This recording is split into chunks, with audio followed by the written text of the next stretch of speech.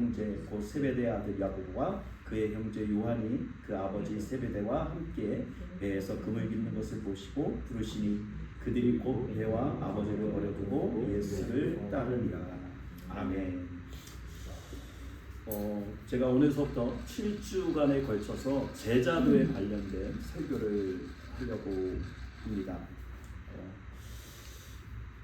물론 여러분 교회를 오래 다니신 분들은 제자도에 대해서 아마 설교를 좀 들어보신 분들도 계실 거고 나름대로 성경 공부도 하신 분도 계실 텐데 다시 한번 우리 안에 정말로 하나님을 따라가는 하나님의 자녀의 삶, 또 제자의 삶이 어떤 것인지를 우리가 좀 바르게 알고 정말 우리가 그 목표를 향해서 방향을 향해서 바로 나아가고 있는지를 다시 한번 점검해보는 귀한 시간 되기를 간절히 소원합니다.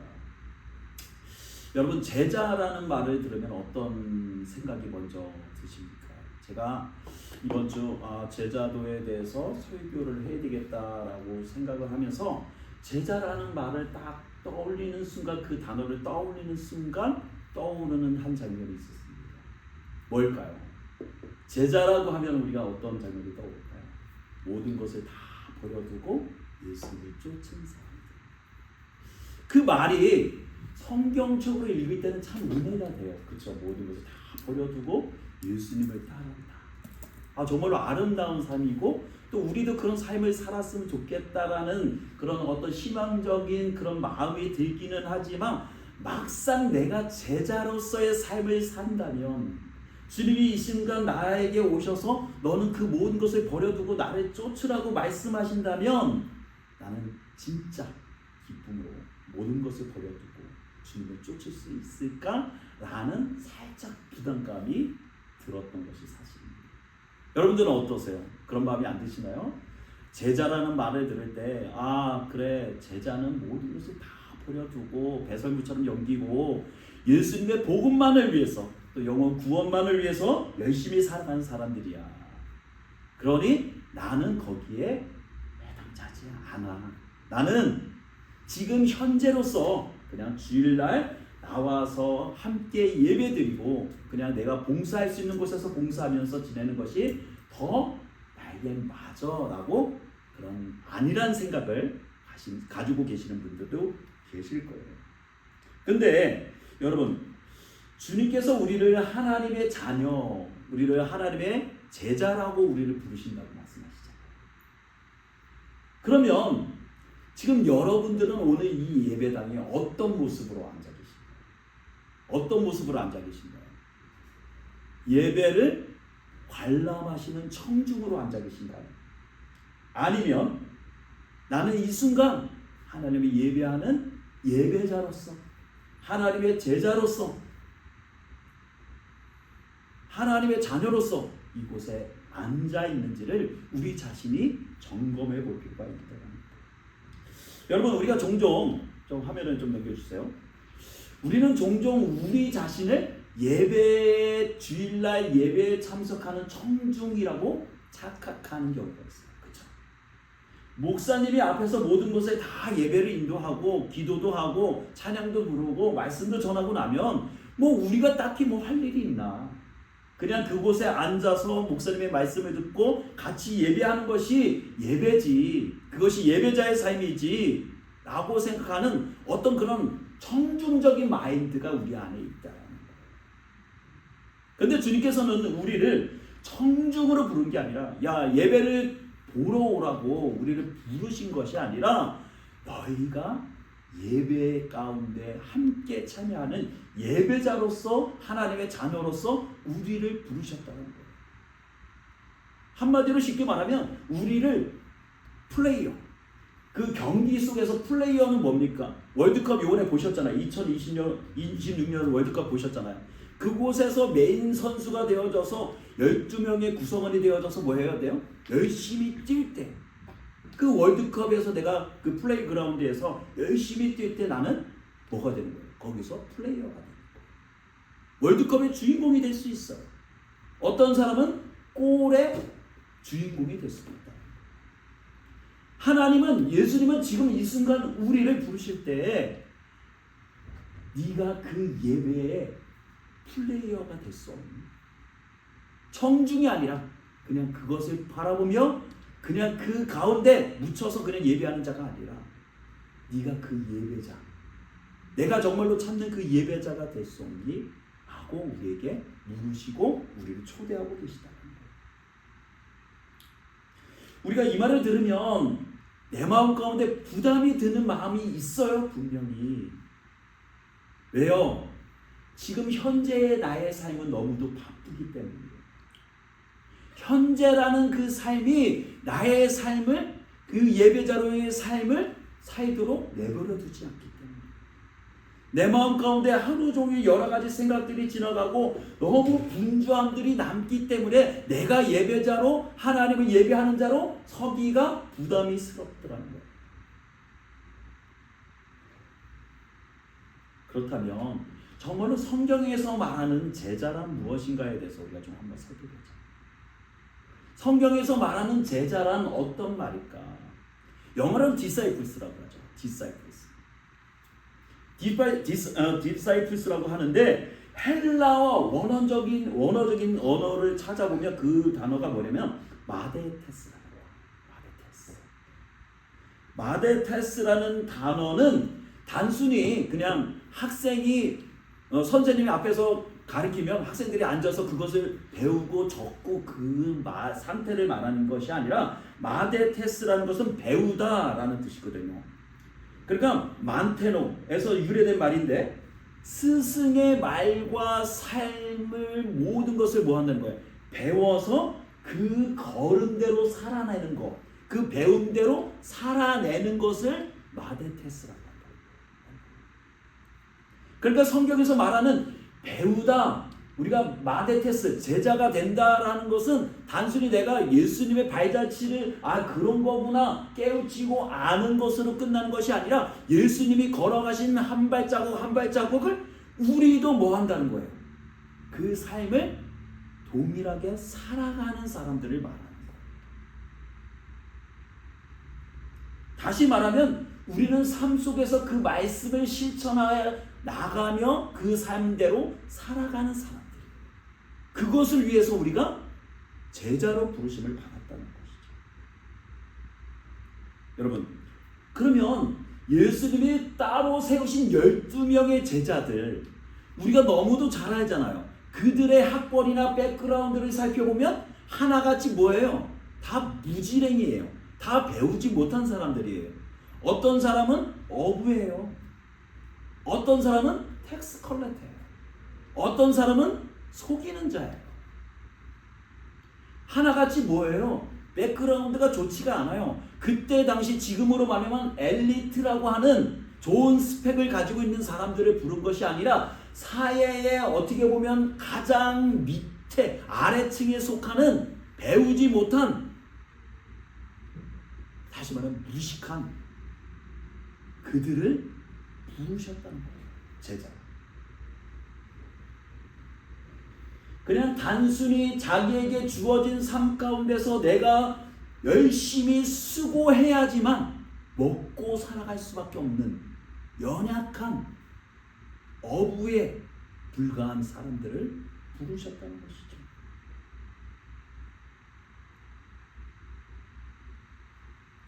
그런데 주님께서는 그들을 그냥 지나치신 것이 아니라 그들이 어부로서 열심히 생계를 유지하며 살아가는 그 현장에 오셔서 뭐 하셨다는 거죠? 그 사람 한 사람 한 사람을 불러내셨다는 거예요. 삶의 현장에서. 오늘 성경에도 나오잖아요. 갈릴리 해변을 지나가시다가, 그쵸? 갈릴리 해변을 그냥 지나가셨다는 거예요. 거느셨다는 거예요. 평상시처럼. 근데 그곳에서 그물을 깃고 있는 형제를 보고 부르셨어요. 그리고 조금 더 나아가서 가다가 또 두 형제를 부르시는 장면이 오늘 성경에 나오는 이야기라는 것이죠. 근데 여러분, 성경을 읽다가 보면 참 우리가 알지 못했던, 놓쳤던 그런 단어들이 떠오를 때가 있어요. 왜? 그때는 그 단어가 보이지 않았지 않은 단어들이 있어요. 근데 오늘 보니까 참 특이한 단어가 있어요. 우리가 그동안 놓쳤던 단어가 있어요. 그 단어가 뭐였냐면 두 형제를 부르셨던 거예요. 두 형제. 한 가정에 두 형제를 부르셨다. 첫 번째 갈릴리 해변을 지나가시다가 두 형제를 불러요. 그리고 좀 더 가셔서 또 두 형제를 다시 불러 제자를 삼으시는 모습을 발견할 수 있습니다. 그리고 그들이 한결같이 뭐하죠? 예수님이 부르시는 그 부르심에 즉각적으로 자기의 모든 것을 버려두고 그물과 배와 아버지를 버려두고 곧 즉시로 예수님을 따랐다라고 성경은 기록하고 있습니다.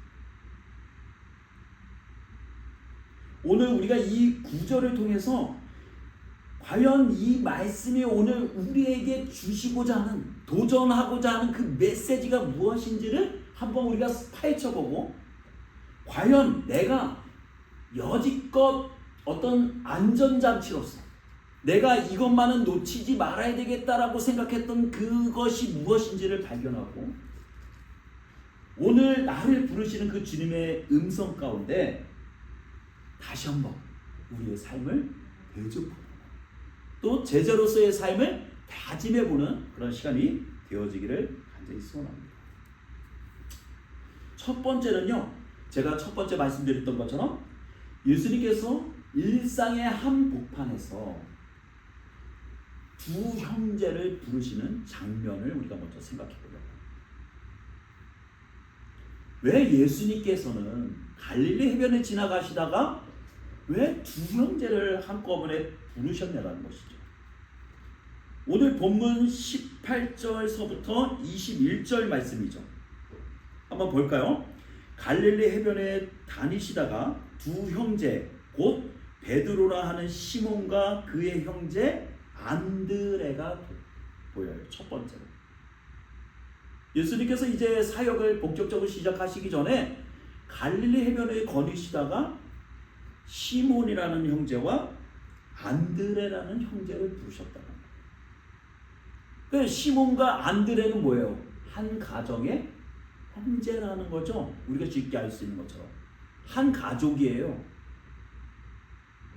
우리가 예전에 우리가 뭐 한국에도 그렇지만 전쟁 중이었으니까 군대를 가야 되잖아요. 그러면은 반드시 뭐가 있습니까? 룰이 있잖아요. 전쟁에 나가려면은 형제 한 사람만, 그래도 한 형제를 남겨놓고 한 형제를 데려가는 게 어떻게 보면 그 가족을 유지하는 데 있어서 필요하기 때문에 그렇게 남겨졌거든요. 그런데 예수님은 제자를 부르시는데 시몬과 안드레를 같이 동시에 부르세요. 여러분 신기하지 않아요? 이상하지 않아요? 왜 예수님은 아니 그렇다고 제자의 삶이 굉장히 뭔가를 누리고 뭔가 풍족하게 가족을 유익하게 하는 그런 삶도 아닌데 그 가족은 어떻게 하라고? 그 가족은 어떻게 유지가 되라고 그 두 형제를 부르셨냐? 그 의미가 무엇인지를 우리가 한번 생각해 볼 필요가 있다라는 거예요. 여러분 성경 전체를 관통하는 내용을 우리가 좀 볼 필요가 있는데 하나님께서 하나님의 나라를 세워 가시는데 하나님의 복음을 전파하시는 데 있어서 보면은 항상 제자들을 세우는 일에 있어서 한 사람씩 그 각 고을로 보내신 것이 아니라 항상 뭐를 해서 보냈다는 거예요? 짝을 지어서 보냈다.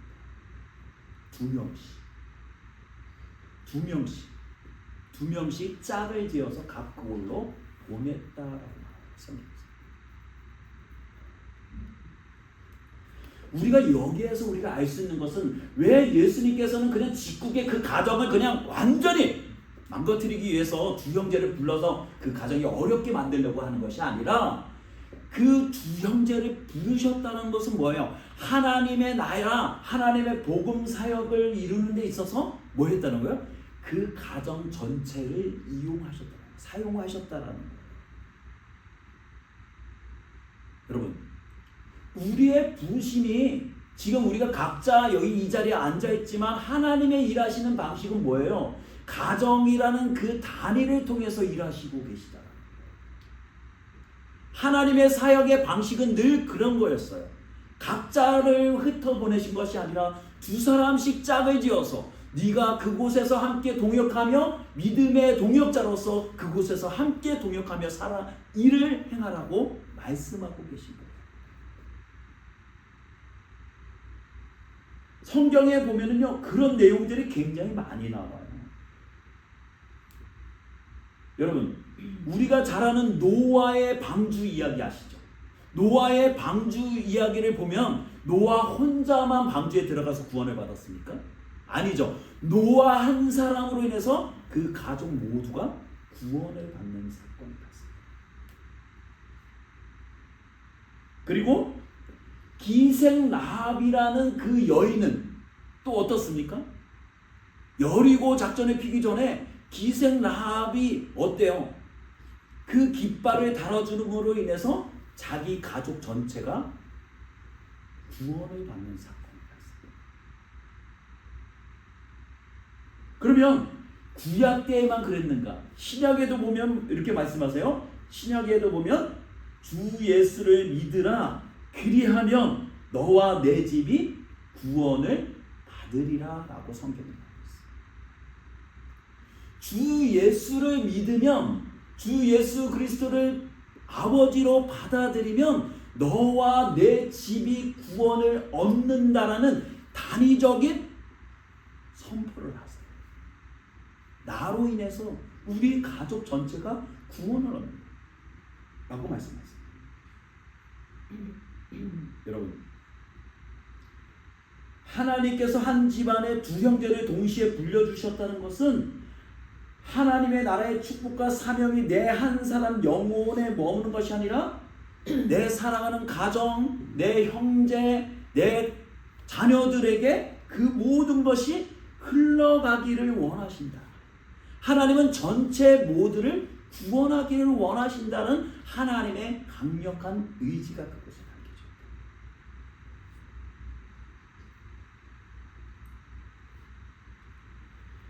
그리고 우리가 헬라에서 예수님이 사랑하신 제자들을 부르시고 두 형제를 부르시고 그에게 말씀하십니다. 나를 따라오너라 라는 단어를 살펴봐야 되는데, 그 말은 나를 따라오라는 것은 그냥 여러분 내가 여러분들에게 오늘 이것을 가르쳐 드릴 테니까 오늘 모이십시오 라는 그런 표현이 아니에요. 나를 따르라 라는 그 말은 뭐냐면 내 뒤로 와서 내가 걸어갔던 발자취대로 나를 따라오너라 라는 하나님의 메시지가.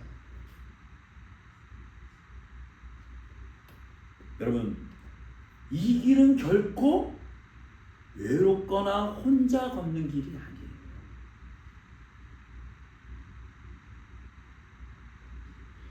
예수님이 훗날 제자들을 세상에 파송하실 때 두세 사람을 짝을 지어서 보냈듯이 우리가 하나님의 나라를 향해서 함께 달려가는 등등한 영적 동역자로서 우리를 재정의해 주신 거예요. 여러분, 오늘 우리 가정의 모습은 어떻습니까? 밴쿠버에 보니까요, 온전한 가정이 그렇게 많지 않아요. 한인분들이 보면 싱글맘도 많고 여러 가지 이유 때문에 혼자 사시는 분들이 많아요. 왜 우리의 가정들이 그렇게 어렵게 됐을까요? 물론 여러 가지가 있겠죠. 경제적인 이유 때문에 다툼이 일어나서 갈라설 수도 있어요. 그렇지만 주님께서 오늘 우리에게 재정의하게 우리에게 말씀하시는 것은 무엇이냐면 너희가 영적으로 생명을 살려내는 일에 마음을 같이 하는 영적인 동역자가 되기를 원하시고 계시다.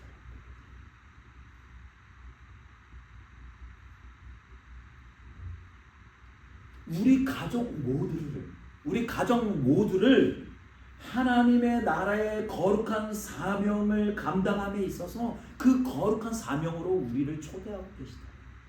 인바이트.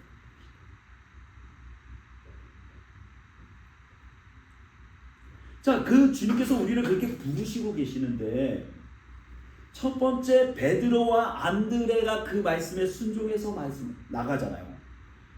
그리고 주님께서 말씀하십니다. 너희가 이제는 사람을 낳는 어부가 되게 하리라 라고 말씀하세요. 여러분, 어느 날 어떤 선생님이 와서 나에게 그렇게 말한다면, 여러분 네가 이제부터 사람을 낳는 어부가 되게 할 것이다 라고 말한다면 여러분 선뜻 여러분들이 모든 것을 내려놓고 따르실 수 있겠습니까? 걸리는 게 굉장히 많죠. 그런데 성경은 이렇게 말하죠. 곧 그물을 버려두고 따름이라. 그러면 우리가 하나하나씩 좀 살펴보기를 원하는데, 베드로와 안드레의 손에 먼저 들려져 있었던 것은 무엇이었습니까? 그들의 손에 들려져 있었던 게 뭐였죠? 뭘 먼저 버렸다는 거죠? 오늘 보니까 그물을 버렸다. 그물. 그물은 무엇을 의미하는 걸까요? 그물은 어부들에게, 피셔맨에게 있어서 뭐 하는 거예요? 물고기를 잡아들일 수 있는 유일한 도구예요. 그것이 없으면 그들은 생계를 유지할 수가 없어요. 내 살아가는 자녀, 내 살아가는 아내를 먹여 살릴 수가 없는 경제적인 어떤 생명과 연관이 되는 것이 그물이에요. 오늘날에도 아까 제가 교회 오기 전에 잠깐 유튜브를 봤는데 어떤 부족민인데 굉장히 외진 곳이에요. 섬에서 지내는 원주민들인데 그들의 삶의 유일한 생계는 뭐냐면 남자들이 배를 타고 가서 물고기를 잡아야지만 그것을 가지고 조금 더 발달된 곳에서 물물 교환을 해서 쌀을 사거나 과일을 살 수가 있는 거예요. 아빠가 오늘 물고기를 많이 못 잡았어. 그러면 오늘 우리는 풍족하게 먹을 수 없어요. 과일을 먹을 수가 없어요. 마찬가지로 지금 안드레와 베드로에게 있어서 그물은 우리 가족 모두를 먹여 살릴 수밖에 없는 유일한 생존의 도구요, 경제적인 모든 것을 책임지는 전부라고 할 수 있는 것을 내려놓는 것입니다. 다시 말하면 유일하게 우리 가족이 그나마 먹고 살 수 있는 유일한 안전장치예요.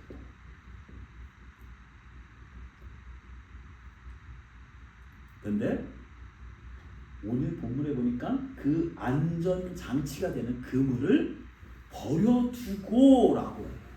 버려두셨다. 버렸다라는 것은 뭐예요? 그냥 내가 땅바닥에 그냥 내려놨다라는 것이 아니죠. 내가 잠시 내가 손에 잡고 있던 거를 그냥 잠시 내려놨다는 의미가 아니에요. 뭐 했다는 거예요? 그냥 완전히 떠나보냈다는 거예요. 다시 돌이킬 수 없는 거예요. 완전히 포기했다는 거예요. 내가 이제는 다시는 어부로서의 삶을 살지 않겠다라는 선언이기도 해요. 내가 다시는 물고기를 잡지 않겠다라는 거예요.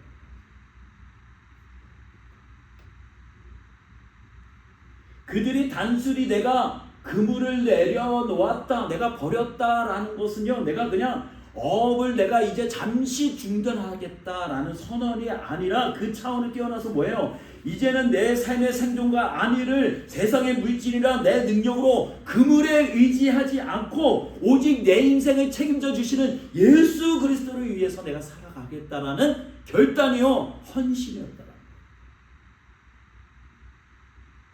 어떻게 보면 내 인생의 주권을 포기하는 거나 마찬가지예요.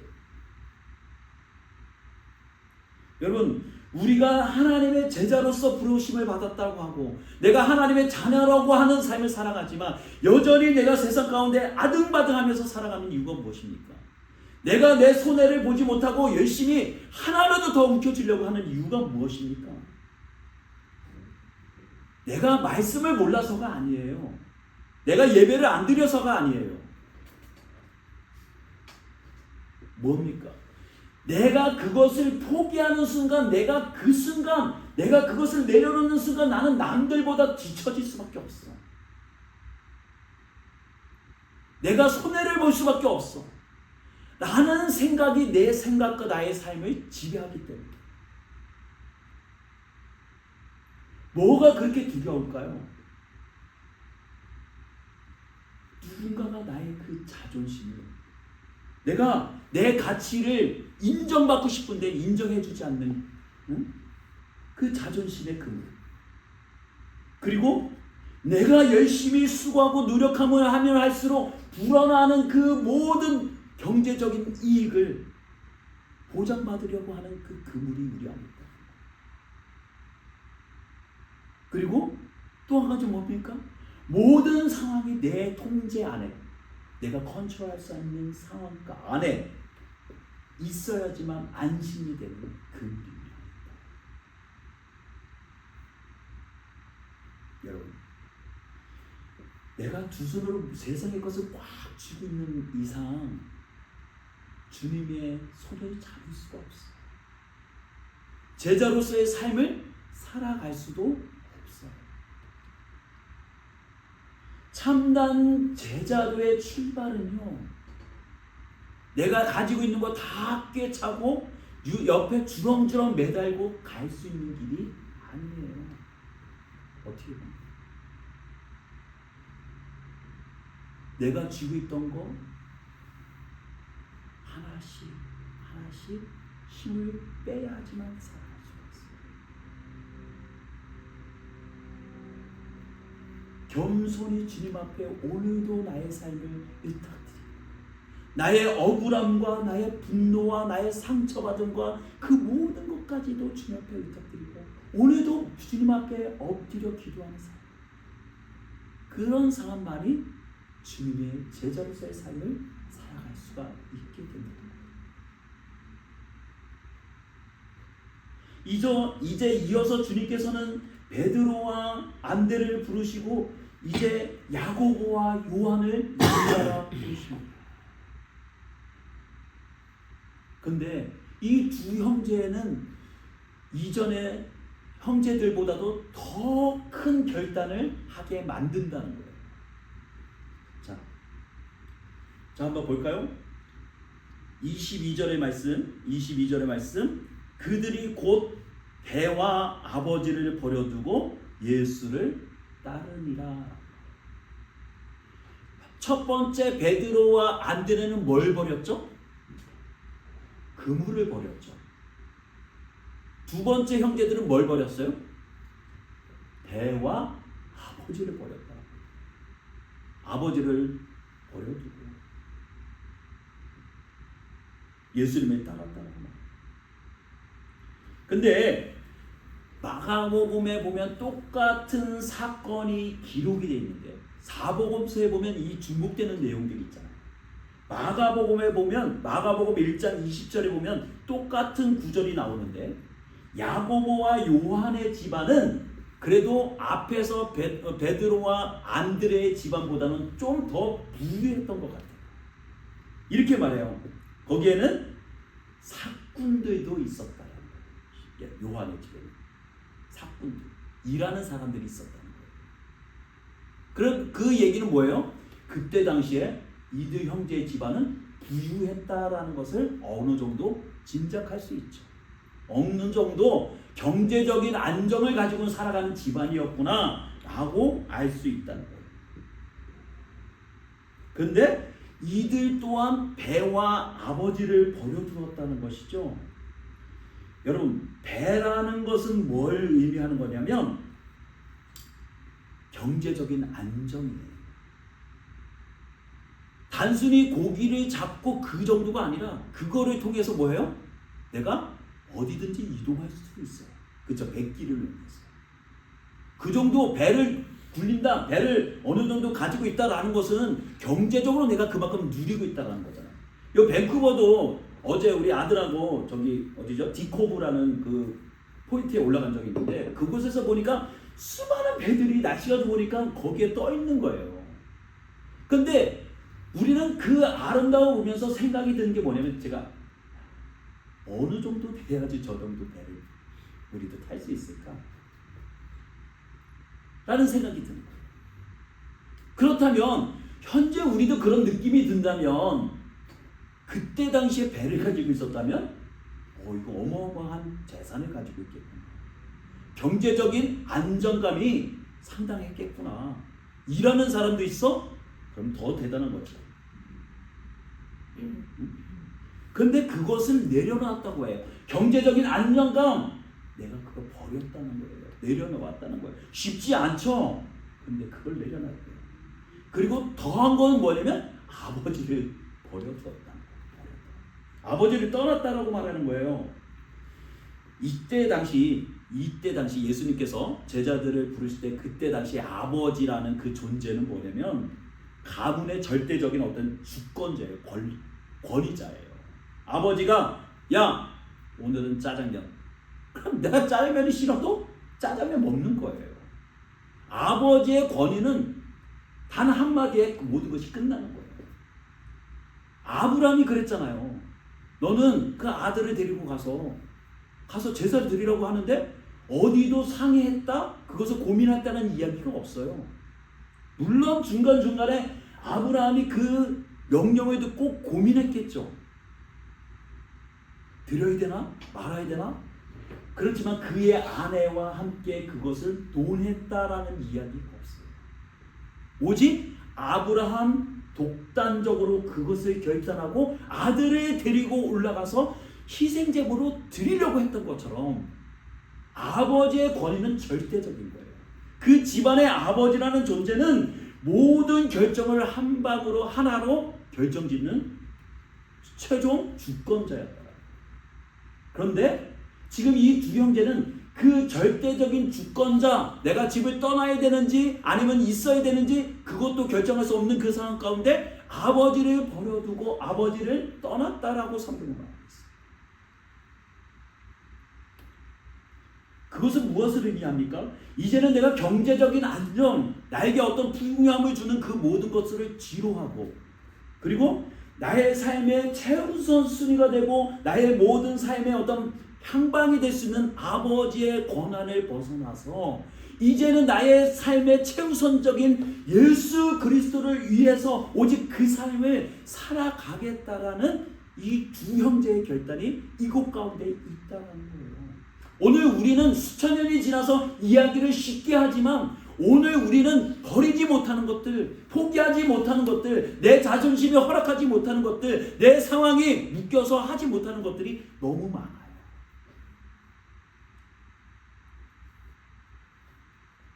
그런데 성경은 제자의 삶은 이런 거야 하고 우리에게 말씀하고 계신 거예요. 사도 바울은 로마서 14장 8절에도 이렇게 말하죠. 우리가 살아도 주를 위하여 살고 죽어도 주를 위하여 죽나니 그러므로 사나 죽으나 우리가 주의 것이로다.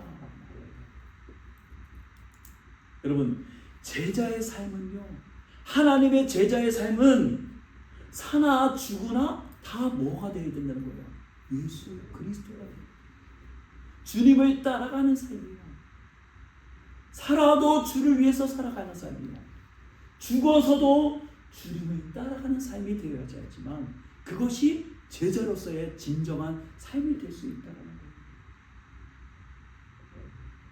그 결단은요, 오늘날 우리에게 안전하다고 생각하는 그 모든 것들, 그물, 배, 아버지, 이것들을 뛰어넘는 오직 아버지를, 하나님을 나의 아버지라 고백하고 오직 주님의 뜻을 나의 가장 최우선순위에 두고 살아가는 자만이 하나님의 제자라고 할 수 있다.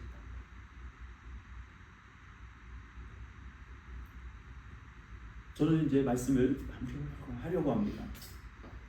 오늘 이 본문 전체를 관통하는 한 단어가 있어요. 제가 여기 준비해놨는데 그 다음 한 단어가 있는데 바로 곧이라는 단어예요. 바로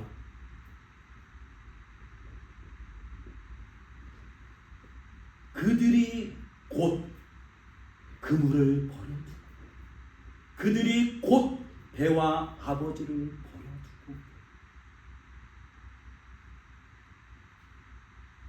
제자들은 예수님이 부르실 때 인간적인 계산기를 두들기지 않았어요. 주님, 제가 이번 달 사업만 잘 마무리되면 그때 가서 주님을 따라가도록 하겠습니다. 혹은 내 배와 그물을 다 처분한 뒤에 가족들에게 균등하게 나눠준 뒤에 제가 주님을 따라가겠습니다 하고 머뭇거리지 않았다는 거예요. 하늘과 땅의 권세를 가지신 예수 그리스도의 부르심 앞에 그들은 즉각적으로 경제적인 안정도, 그 모든 부유함도, 나의 어떤 최우선 가치도 버려두고 주님을 따랐다는 거예요. 순종했다는 거예요.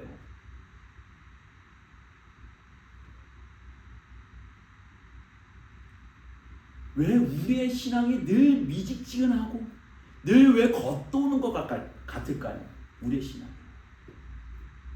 그것은요, 나에게 찾아오셔서 도전하고 말씀하신 그 주님 앞에 우리는 핑계를 댑니다.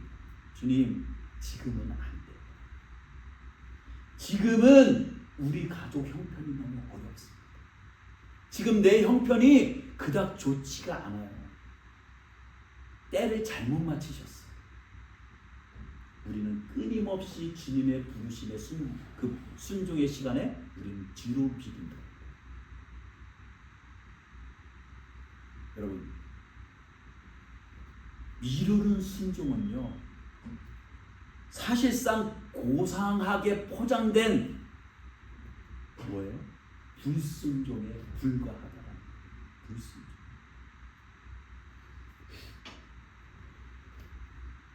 오늘 주님은 이 순간 살아가는 여러분 한 분 한 분 여러분의 삶 가운데 찾아오셔서 이렇게 물어보십니다.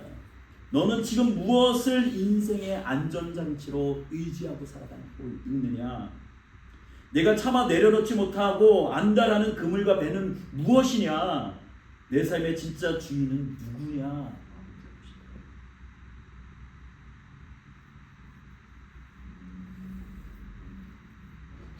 여러분, 이 순간 우리 결단합시다. 저도 그렇고요. 나 혼자 잘 먹고 나 혼자 잘 사는 물고기만 남는 삶이라는 좁은 울타리를 과감하게 깨트리시기를 부탁드립니다. 깨트리셔야 돼요. 주님께서는 한 집안에 두 형제를 불러 세상을 바꾸셨듯이 오늘날 우리의 가정을 그렇게 부르셔요. 우리의 가정이 그렇게 하나님의 복음의 통로로서, 축복의 통로로서 그렇게 사용되어지시기를 원하시고 계세요. 우리가 오늘도 일터에서 상처받은 그 영혼들을 향해서 손을 내밀어 사람을 건져내는 참된 제자의 사명을 우리가 담대하게 시작해야 한다. 이제